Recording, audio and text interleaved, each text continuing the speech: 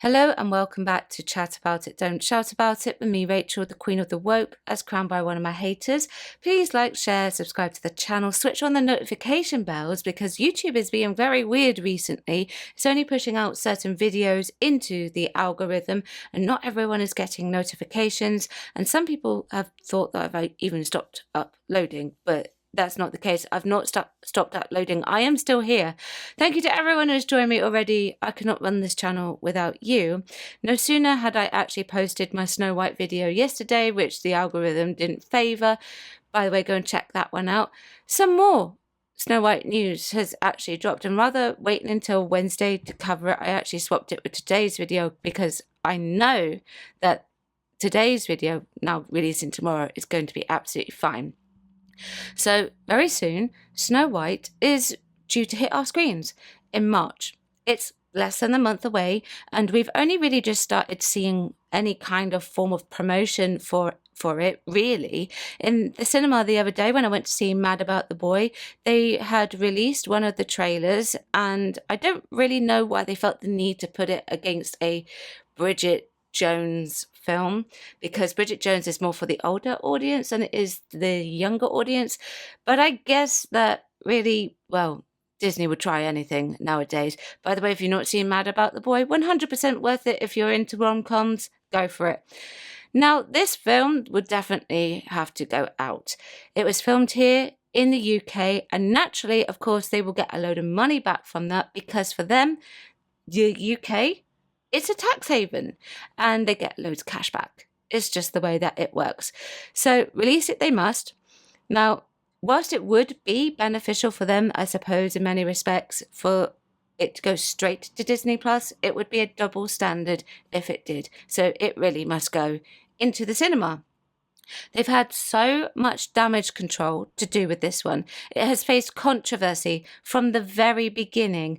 Now, that was always going to be some kind of controversy surrounding it because they cast Rachel Zegler, who is part Latina, half Latina, half Polish, I believe. So she's not 100% white, she is mixed race, and it's only in certain lighting situations where her skin appears to be fairer, and then in other lighting situations where her skin appears to be naturally darker, and that's fine. There's no issue with that. Now, this casting choice upset a lot of people, and the fact that she actually came out and she said, no, I'm not bleaching my skin for this role.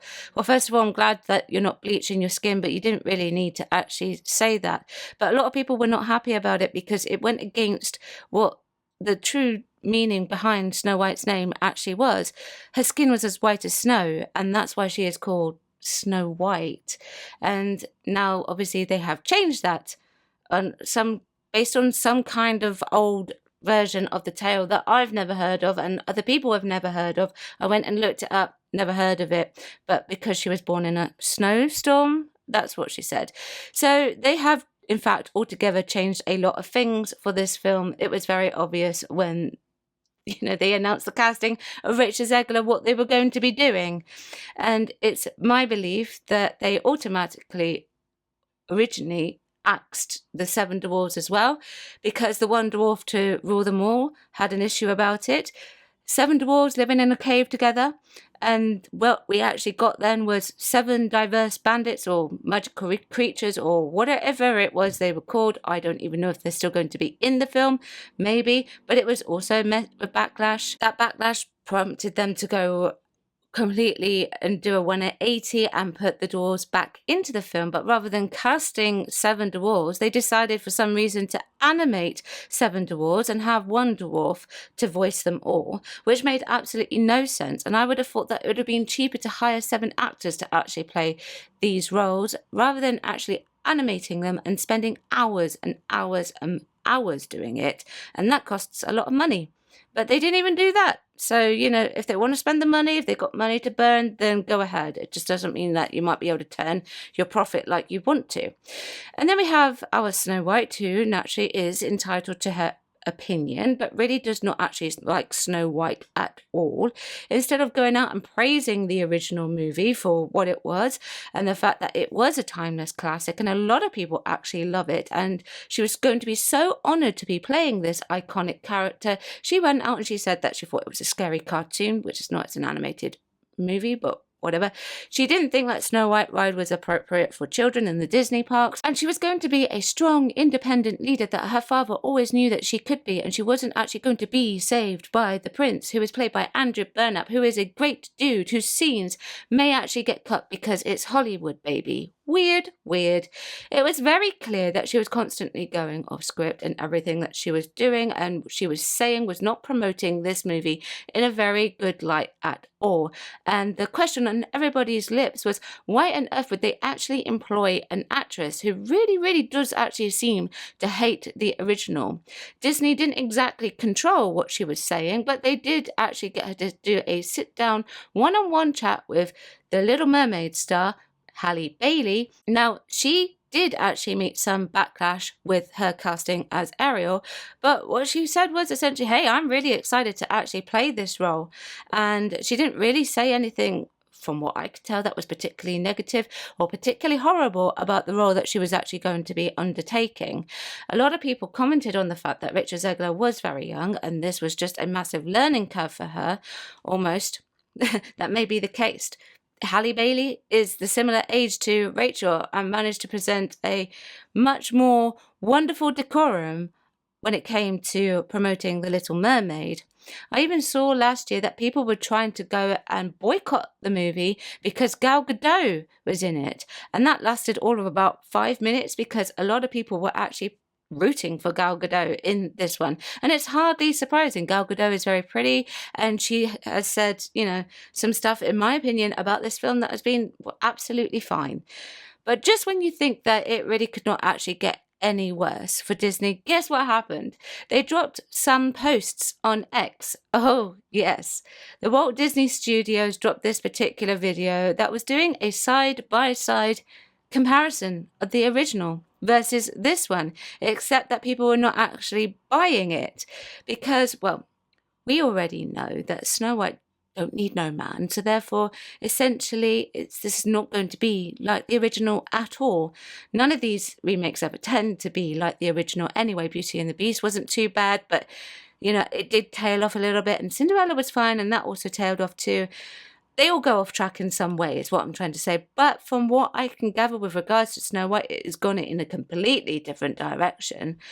Now, I'm going to play you this video without the sound. Okay, so here it's going into the original version, and we've got Hi Ho, and there you go. It's doing a side-by-side comparison. I mean, come on. They're trying to sell it to you this way, and it's just, no. It's not good. This is definitely not what I would call good. No. They've obviously consolidated that down a little bit for the benefit of putting that onto somewhere like TikTok or Instagram. They should have actually gone ahead and done this from the very beginning and just ran all the way through. This would have been the best way, rather than going off the beaten track saying, yes, we are changing everything. We are doing this. We are doing that. We're not going to have a 1937 retelling of Snow White because it's so old-fashioned. That type of attitude that Rachel Zegler ran with. This is what they should have promoted it as. We're going to do an accurate and authentic retelling to the film that essentially saved the company to begin with. The film that really, truly solidified the Walt Disney Company into history. But it gets more interesting than that, because over on YouTube, they released a little featurette. Now, you would have thought that they would have released this featurette months ago, but because they didn't really want to get any bad attention and any ratios heading in their direction, they've tried to remain under the radar. However, this featurette is somewhat controversial in many respects. They've gone with the side-by-side comparisons again throughout this particular featurette, but the main focus is Gal Gadot. Rachel Zegler does appear of it, but the majority of it is Gal Gadot. Now let's take a look. So you will notice throughout this we've got the side-by-sides, but Gal is doing the majority of the talking. Rachel doesn't really talk very much at all throughout this. and it's mostly just shots of her. That actually does tell you an awful lot. This tells you they're actually relying on Gal Gadot to sell this movie because Rachel has said so many things and done so many things that the icing on the cake for a lot of people is now kicking open a bucket of popcorn and watching it as it fails. And that's a sad reality. It should never have been like that, no matter what they have actually told her to say now. And they have told her, I think, to change and mix up what she is saying. Obviously, part of this featurette has been recorded after the fact. So in this featurette, Rachel has finally gone from calling this film a cartoon to an animated movie. I'm glad they finally corrected that, even though it's a bit late. And later in the featurette, she says it's an absolutely beautiful homage to a film that continues to mean so much to people. Well, if it meant so much to people, why didn't you actually start promoting it that way to begin with? She had actually started out several years ago by saying that she loved this movie and it was such a great honor to be playing such an iconic character and she could not wait for people to see it. Then people would have been a lot happier and maybe they would have just let it slide. But because she ended up using it as a stomping ground for her own views on the original and how she did not approve of the original and how they were going to break away from that mold altogether because they could. I essentially think because of all of that, in many respects, and because of things that Disney have gone and done themselves with this film, I think it's already too late for this movie to actually survive. Let me know what you think. Chat about it, don't shout about it. Like, subscribe, switch on the notification bell so that you know I'm releasing another video. Thank you very much for watching. I will see you tomorrow at 4 p.m. Bye bye.